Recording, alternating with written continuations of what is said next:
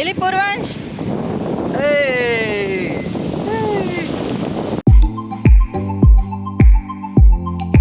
Hi hello ನಮಸ್ಕಾರ, welcome to Chaitra blogs in Kannada. Hope ಎಲ್ಲರೂ ಚೆನ್ನಾಗಿದ್ದೀರಾ ಅಂತ ಅಂದ್ಕೊಂಡಿದ್ದೀನಿ. ಇದು ನಮ್ಮ ಟ್ರಿಪ್ನ ನೆಕ್ಸ್ಟ್ ಪಾರ್ಟ್ ಆಗಿರುತ್ತೆ. ಸೊ ಇವತ್ತು ನಾವು ಆನ್ ದ ವೇ ಹೊನ್ನಾವರಕ್ಕೆ ಹೋಗ್ತಾ ಇದ್ವಿ. ಸೊ ಧರ್ಮಸ್ಥಳ ದರ್ಶನ ಎಲ್ಲ ಮುಗಿಸ್ಕೊಂಡು ಹೋಗ್ತಾ ಇರುವಾಗ ನಮ್ಮ ಪ್ಲ್ಯಾನ್ ಇದ್ದಿದ್ದು ಹೊನ್ನಾವರ ಅಂತ. So Honnavar on the way ಹೋಗುವಾಗ ಹಾಗೆ ಉಡುಪಿ ಕೂಡ ವಿಸಿಟ್ ಮಾಡ್ಕೊಂಡು ಹೋಗೋಣ ಅಂತ ಅಂದ್ಕೊಂಡ್ವಿ.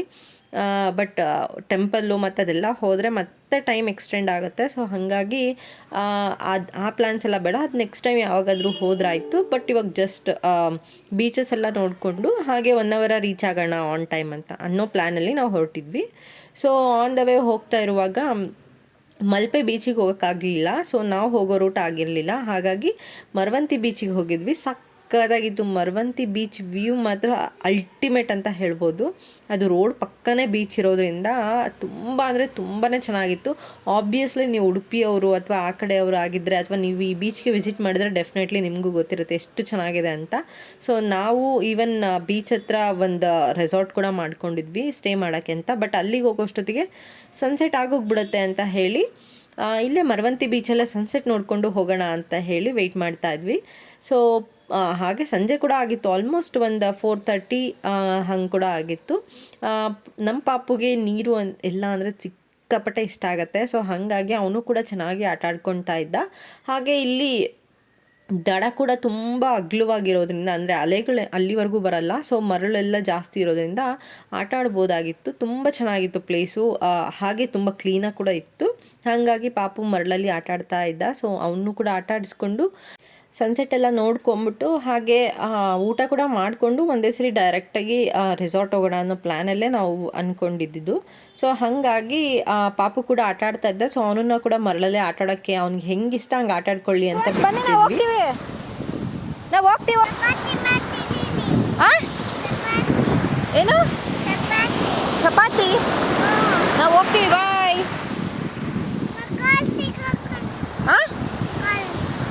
ಕಾಲು ಸಿಕ್ಕಂಡತ್ತ ತಕ್ಕೊಳ್ಳಿ. ಓಕೆ ಬಾಯ್ ಕಂದ.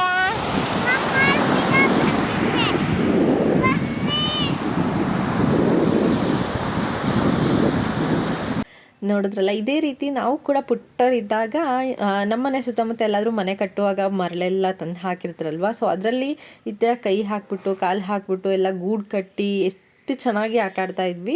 ಸೊ ನಾನು ನನ್ನ ಹಸ್ಬೆಂಡು ಅದೇ ಮೆಮೊರೀಸ್ನ ಇವನ್ ಥ್ರೂ ನಾವು ರೀಕಲೆಕ್ಟ್ ಮಾಡ್ಕೊತಾ ಇದ್ವಿ. ನಮಗೆ ಆವಾಗ ಬೀಚೆಲ್ಲ ಎಲ್ಲಿ ತುಂಬ ರೇರು, ನಾವು ಹೋಗ್ತಾ ಇದ್ದೋ ಸ್ಕೂಲ್ ಟ್ರಿಪ್ಸು ಅದರೆಲ್ಲ ಕರ್ಕೊಂಡು ಹೋದರೆ ಹೋಗ್ತಾ ಇದ್ವಿ. ಸೊ ಹಾಗಾಗಿ ಇವಾಗ ಇದೆಲ್ಲ ನೋಡೋಕ್ಕೆ ತುಂಬ ಖುಷಿ ಆಗುತ್ತೆ. ಮತ್ತೆ ಅದೆಲ್ಲ ನೆನಪಾಗುತ್ತೆ. ಸೊ ನಾವು ಏನೆಲ್ಲ ಆಟ ಆಡ್ತಾ ಇದ್ವಿ ಅದೆಲ್ಲ. ಹಾಗೆ ಸನ್ಸೆಟ್ ಕೂಡ ಸಿಕ್ಕಾಪಟ್ಟೆ ಬ್ಯೂಟಿಫುಲ್ ಆಗಿತ್ತು. ಹಾಗೆ ಅಲ್ಲಿ ಹೋಗ್ತಾ ಇರೋ ಎಲ್ಲರೂ ಆಲ್ಮೋಸ್ಟ್ ಸನ್ಸೆಟ್ ನೋಡಿಕೊಂಡು ಸನ್ಸೆಟ್ ಟೈಮಲ್ಲಿ ನಿಂತ್ಕೊಂಡು ನೋಡಿಕೊಂಡು ಎಂಜಾಯ್ ಮಾಡಿಕೊಂಡೇ ಹೋಗ್ತಾರೆ. ಸೊ ಅಷ್ಟು ಚೆನ್ನಾಗಿತ್ತು. ಹಾಗೆ ನಮ್ಮ ಪಾಪುಗೆ ಇಲ್ಲಿ ನೀರಲ್ಲಿ ಆಟಾಡೋದು ಸಿಕ್ಕಾಪಟ್ಟೆ ಇಷ್ಟ. ಹಾಗಾಗಿ ಅವ್ನು ನೀರಲ್ಲಿ ಆಟಾಡೋಕ್ಕೆ ಅಂತ ಹೇಳ್ಬಿಟ್ಟು ಓಡೋಗ್ತಾ ಇದ್ದ. ಅಂದರೆ ಅಲೆಗಳು ಬರುತ್ತಲ್ವಾ, ಸೊ ಅಲೆ ಅಪ್ಪಳಿಸಿದಾಗ ಕಾಲೆಲ್ಲ ನೆಂದೋಗುತ್ತೆ.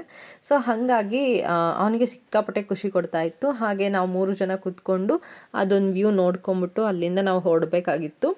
ಸೊ ಇನ್ನೇನೋ ಹೊರಡೋಣ ಅಂತ ಹೇಳ್ಬಿಟ್ಟು ಕಾರ್ ಹತ್ತಕ್ಕೆ ಅಂತ ಬಂದಾಗ ನೋಡಿ ಸನ್ಸೆಟ್ ಎಷ್ಟು ಚೆನ್ನಾಗಿ ಕಾಣಿಸ್ತಾ ಇದೆ, ಸಕ್ಕತ್ತಾಗಿ ಕಾಣಿಸ್ತಾ ಇತ್ತು. ಸೊ ಅದಾದ ನಂತರ ಹೊರಟು ಊಟನೂ ಮಾಡಿಕೊಂಡು ನಾವು ರೆಸಾರ್ಟ್ಗೆ ಬಂದ್ವಿ. ಸೊ ನಾವೇನು ಬುಕ್ ಮಾಡ್ಕೊಂಡಿದ್ವಲ್ಲ ರೆಸಾರ್ಟ್ಗೆ ಬಂದ್ವಿ.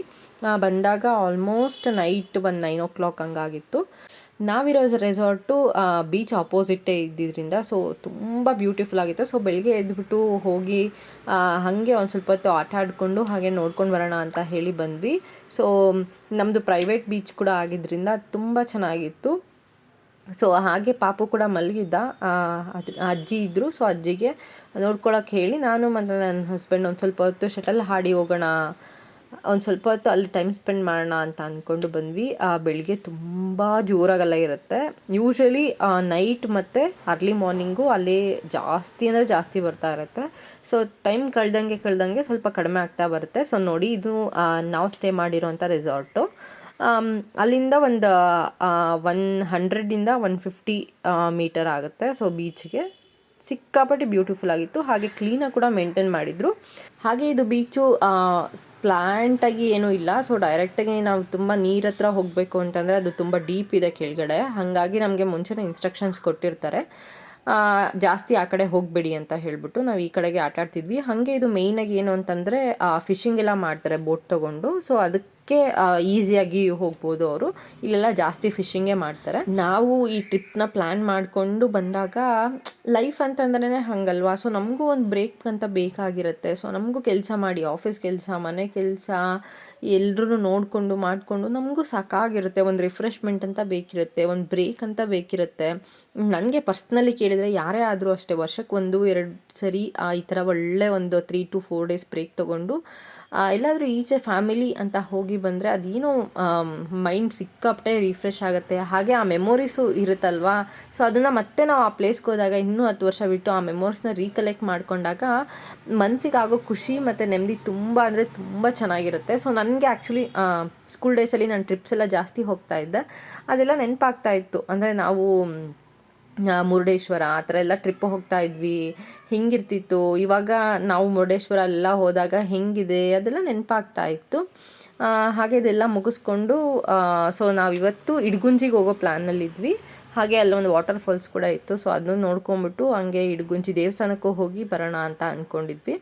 ಇಡಗುಂಜಿ ಗಣಪತಿ ದೇವಸ್ಥಾನಕ್ಕೆ ನಾನು ಮೋಸ್ಟ್ಲಿ ನಾನು 3rd ಸ್ಟ್ಯಾಂಡರ್ಡ್ ಆ ಟೈಮಲ್ಲಿ ಒಂದು ಸರಿ ಹೋಗಿದ್ದೆ ಅಂತ ಅನಿಸುತ್ತೆ. ಸೊ ಹಾಗಾಗಿ ಹೋಗಿ ಬರೋಣ ಅಂತ ಪ್ಲ್ಯಾನ್ ಮಾಡ್ಕೊಂಡು ಹೋಗ್ತಾ ಇರುವಾಗ, ಸೊ ಇದು ನೋಡಿ ನಾವು ನಮ್ಮ ರೆಸಾರ್ಟ್ಗೆ ಹೋಗುವಾಗ ಇರೋವಂಥ ರೋಡು. ಸೊ ಒಂದು ಸೈಡ್ ಕಂಪ್ಲೀಟ್ ಬೀಚ್ ರೋಡೇ ಆಗಿರುತ್ತೆ. ಈ ಜಾಗಗಳನ್ನೆಲ್ಲ ನೋಡ್ತಾ ಇದ್ದರೆ ಪ್ರಕೃತಿ ಎಷ್ಟು ಸುಂದರವಾಗಿದೆ ಅಂತ ಅನ್ಸಕ್ಕೆ ಸ್ಟಾರ್ಟ್ ಆಗುತ್ತೆ. ಹಾಗೆ ಒಂದು ಬ್ರಿಡ್ಜ್ ಕೂಡ ಇತ್ತು. ಸೊ ಇಲ್ಲಿ ಆ ಕಡೆ ಮತ್ತು ಈ ಕಡೆ ನೀರು ಇತ್ತು. ತುಂಬ ಅಂದರೆ ತುಂಬ ಇಲ್ಲಿ ತುಂಬ ಆ್ಯಕ್ಚುಲಿ ಕಮಲಗಳೆಲ್ಲ ಇತ್ತು. ತುಂಬ ಅಂದರೆ ಹೇಳಕ್ಕೆ ಎಕ್ಸ್ಪ್ಲೇನ್ ಮಾಡೋಕ್ಕೆ ಆಗಲ್ಲ, ಅಷ್ಟು ಖುಷಿ ಆಗ್ತಾ ಇರುತ್ತೆ ಮನಸ್ಸಿಗೆ ಇಂಥ ಜಾಗಗಳಿಗೆ ಹೋದಾಗ.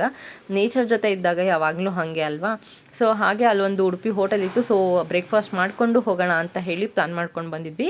ಅಲ್ಲಿ ಸ್ವಲ್ಪ ಪ್ಲೇ ಏರಿಯಾ ಕೂಡ ಇದ್ದಿದ್ದರಿಂದ ನಮ್ಮ ಪಾಪುಗೆ ಜಾರಬಂಡಿ ಇಷ್ಟ ಆಗುತ್ತೆ. ಸೊ ಹಂಗಾಗಿ ಅವ್ನು ಆಟ ಆಡ್ಕೊಳ್ತಾ ಇದ್ದೆ. ಯಾರೇ ಮಕ್ಳನ್ನ ಕರ್ಕೊಂಡೋದ್ರು ಐದರ ಅಪ್ಪ ಅಥವಾ ಅಮ್ಮ ಒಬ್ಬರು ಊಟ ಮಾಡ್ತಿರುವಾಗ ಇನ್ನೊಬ್ಬರು ಮಕ್ಳನ್ನ ಎಂಗೇಜ್ ಮಾಡಿ ಇರಬೇಕಾಗತ್ತೆ. ಸೊ ಹಾಗಾಗಿ ಅವರು ಬ್ರೇಕ್ಫಾಸ್ಟ್ ಮುಗಿಸ್ಕೊಂಡಿದ್ರು. ಸೊ ನಾನು ಮಾಡ್ತಾ ಇದ್ದೆ. ಅದಕ್ಕೆ ಅವರು ಪಾಪನ್ನ ಒಂದು ಸ್ವಲ್ಪ ಆಟ ಆಡ್ಸೋಣ ಅಂತ ಹೇಳಿ ಅವ್ನ ಆಟ ಆಡಿಸ್ತಾ ಇದ್ರು. ಅವನಿಗೆ ಇವೆಲ್ಲ ಆಟ ಆಡೋದು ಅಂತಂದರೆ ಸಿಕ್ಕಾಪಟ್ಟೆ ಖುಷಿ. ಹಾಗಾಗಿ ಅವನು ಆರಾಮಾಗಿ ಆಟ ಆಡಿಕೊಂಡು ಇದ್ದ. ಸೊ ಇದಾದ ನಂತರ ಅಲ್ಲೇ ಹತ್ರ ಒಂದು ಫಾಲ್ಸ್ ಇತ್ತು. ಸೊ ಆ ಫಾಲ್ಸ್ಗೂ ಹೋಗಿ ಬರೋಣ ಅಂತ ಹೇಳಿಬಿಟ್ಟು ಹೋದ್ವಿ. ಸಿಕ್ಕಾಪಟ್ಟೆ ಜನ ಇದ್ದರು ಫಾಲ್ಸ್ ಹತ್ರ. ಇವಾಗ ಸ್ವಲ್ಪ ಏನೋ ಸ್ಕೂಲ್ ಮಕ್ಕಳು ಅದೆಲ್ಲನೂ ಟ್ರಿಪ್ಸ್ಗೂ ಕೂಡ ಬಂದಿದ್ದರು. ಸಿಕ್ಕಾಪಟ್ಟೆ ಜನ ಇದ್ದಿದ್ದರಿಂದ ಹಾಗೆ ಇದು ಫಾಲ್ಸ್ ಏನು ತುಂಬ ದೊಡ್ಡದಿರಲಿಲ್ಲ. ನೀರು ಕೂಡ ತುಂಬ ಅಂದರೆ ತುಂಬ ಕಡಿಮೆ ಇತ್ತು. ಹಾಗಾಗಿ ಜಸ್ಟ್ ನೋಡ್ಕೊಂಬರೋಣ ಅಂತ ಹೇಳಿ ಒಂದು ಸ್ವಲ್ಪ ಹೊತ್ತು ನೋಡಿಕೊಂಡು ಅಲ್ಲೇ ಜಾಗನೂ ಚೆನ್ನಾಗಿತ್ತು ಅಂತ ಹೇಳಿ ಕುತ್ಕೊಂಡು ನಾನು ನನ್ನ ಮಗ ಒಂದು ಸ್ವಲ್ಪ ಹೊತ್ತು ಆಟ ಆಡಿಕೊಂಡು ಅಲ್ಲಿಂದ ಹೊರಟು ಬಂದಿದ್ದಾಯಿತು. ತುಂಬ ಸ್ಟೆಪ್ಸ್ ಇದೆ, ಸ್ಟೆಪ್ಸ್ನ ಹತ್ಕೊಂಡು ಹೋಗಬೇಕು.